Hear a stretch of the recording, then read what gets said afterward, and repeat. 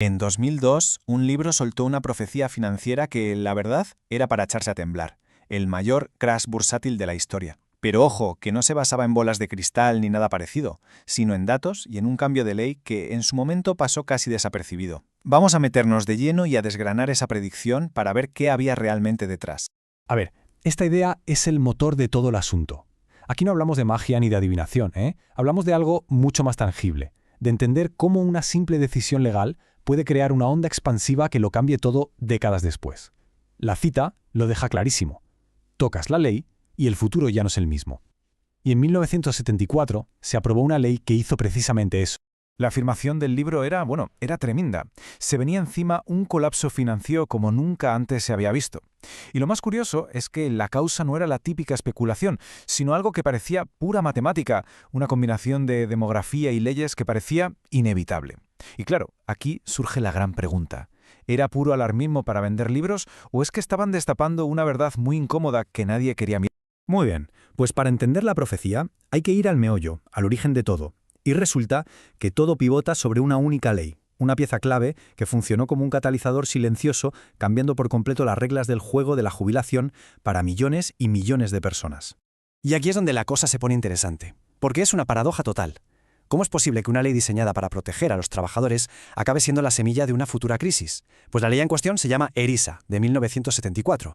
Las siglas en inglés vienen a decir algo así como Ley de Seguridad de los Ingresos de Jubilación. ¿La intención era buena? Claro que sí, proteger las pensiones de la gente. Pero tuvo una consecuencia que nadie vio venir. Esta ley, la ERISA, provocó un cambio que casi nadie notó, pero que fue brutal.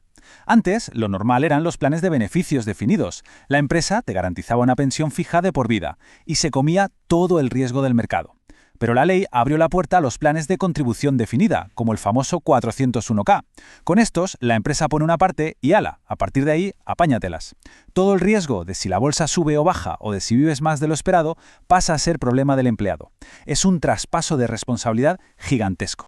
Vale, ya tenemos el primer ingrediente, el cambio de ley que pasa todo el riesgo al individuo. Pero es que la tormenta perfecta se forma cuando a esto le sumamos el segundo ingrediente, una ola demográfica masiva. 75 millones, a ver, que se dice pronto, 75 millones. Esa es la escala de la generación del baby boom solo en Estados Unidos. Y fue la primera generación a la que le tocó depender de forma masiva de estos nuevos planes de jubilación. De la noche a la mañana, millones de personas a punto de jubilarse se convirtieron en inversores. El problema, que nadie les había enseñado a serlo. La lógica que planteaba el libro era aplastante. Un efecto dominó de manual. Paso 1. Los boomers empiezan a jubilarse en masa.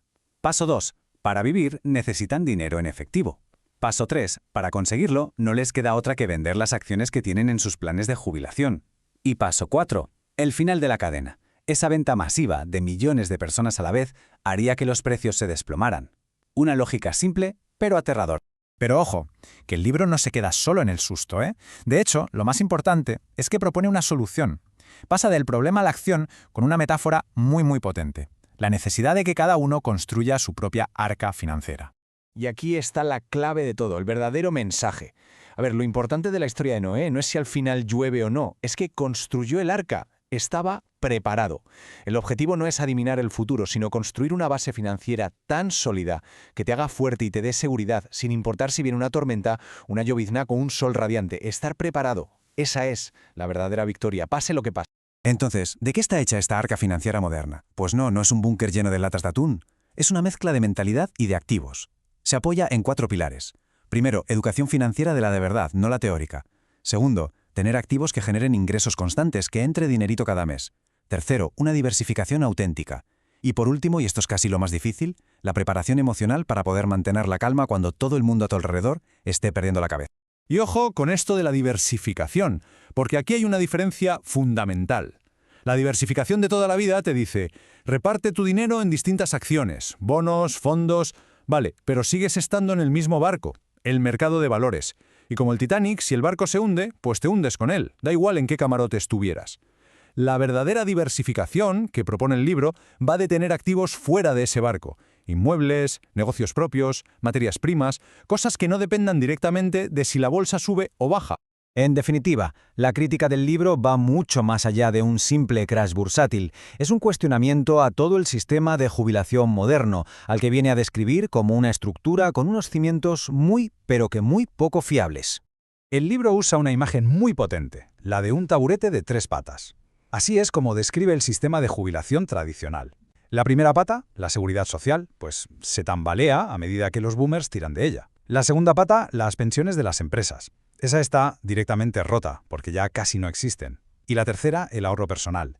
Esa, para muchísima gente, es una pata que falta. Con estas 3 patas tan frágiles, el taburete es, por definición, inestable. Vale, han pasado ya más de 20 años desde que se escribió todo esto. La pregunta es obvia. ¿Con todo el tiempo que ha pasado, sigue siendo relevante esta profecía? ¿Qué nos queda de ella hoy? A ver, las cosas como son. El supercrash que predecía no pasó exactamente como y cuando dijo. Sin embargo, y este es un pero muy grande, las fuerzas que el libro identificó en 2002, la demografía y el riesgo sobre el individuo, ¿han desaparecido? Pues no. De hecho, son problemas que se han intensificado. La realidad demográfica es la que es, y el riesgo financiero sigue estando en el tejado de cada persona. Y con esto llegamos a la reflexión final.